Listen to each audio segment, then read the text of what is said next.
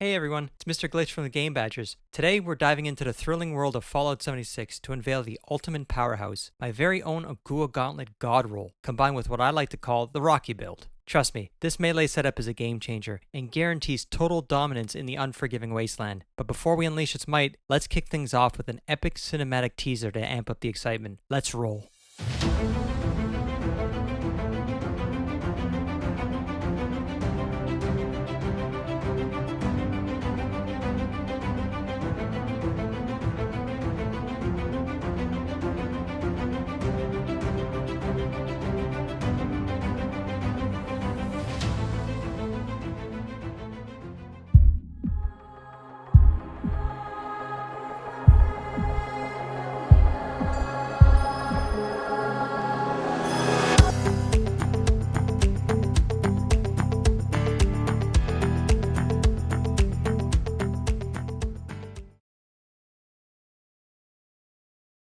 Fingers crossed.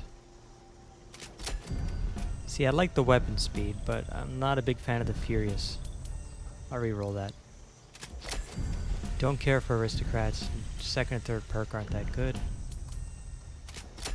Oh, I like the vampires, but aristocrats again. Oh, the second and third. Weapon speed, action point cost, but I don't like the first perk. What else we got? Oh, bloodied. I mean, the second and third perk aren't that good, but I think I'm going to use this for the video just to see how much damage I can do per shot. Maybe not worry about DPS though. Let's try again. Oh, weapon speed. See, when I get something that I like to reroll quickly 2 or 3 times because I find they come in waves of 3. Let's see. Yep, 3 times. I knew it. Okay, fun. I like instigating. I mean, I generally use it on my 2-handed melee weapons with explosive, just so I can one-shot most enemies, and I use it as my daily driver. I think I'll keep it and use it in the background just for fun, but I doubt I'll put this in my video. Okay, 1 day of grinding. 12 modules. See if I can get anything good. Nope, 2 rolls left.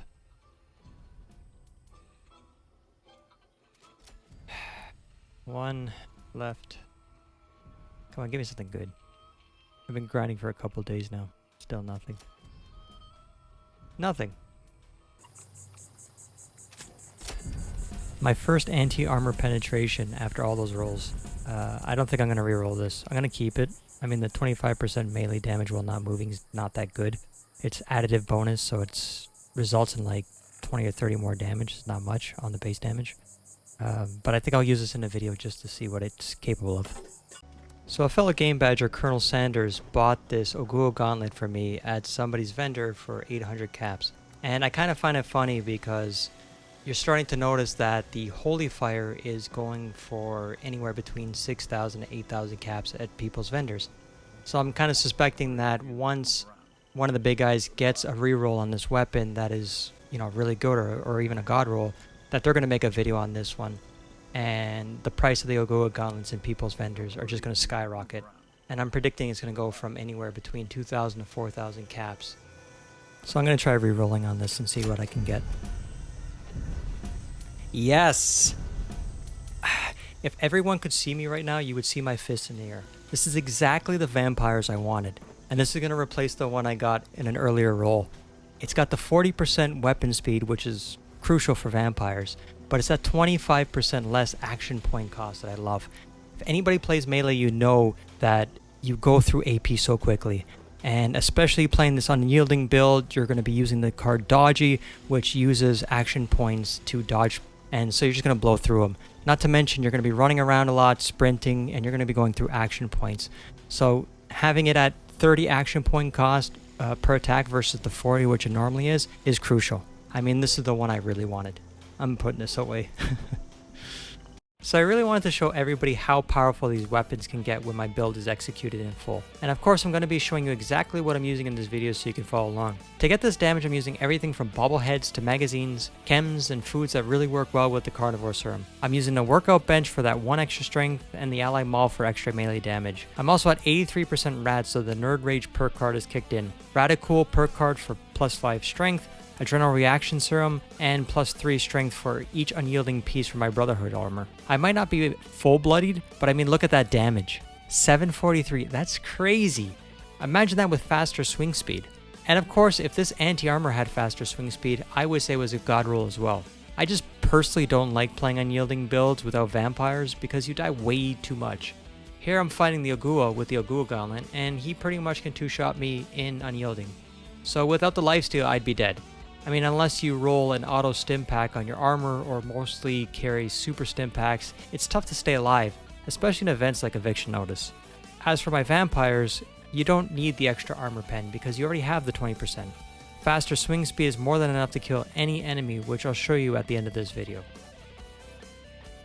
With everything I just mentioned, this is what I could get my special up to, and these are the stats I had when I fought the Scorched Overseer you'll see later in the video. Now for this part of the video, just take screenshots as needed. These are my base stats that I start with.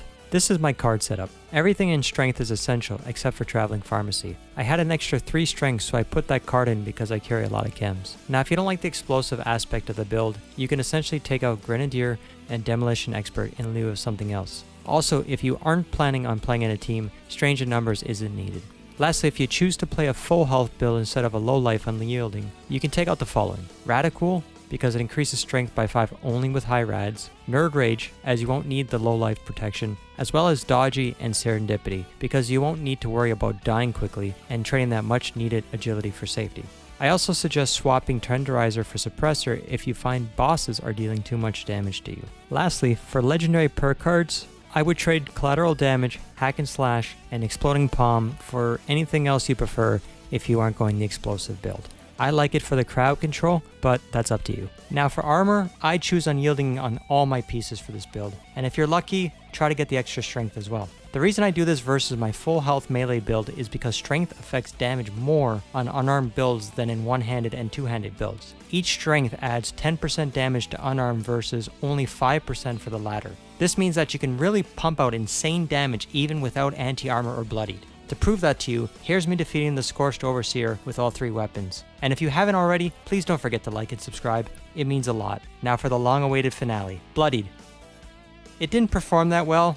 I'm sure with faster swing speed it would do a lot better, but this build is hard to use.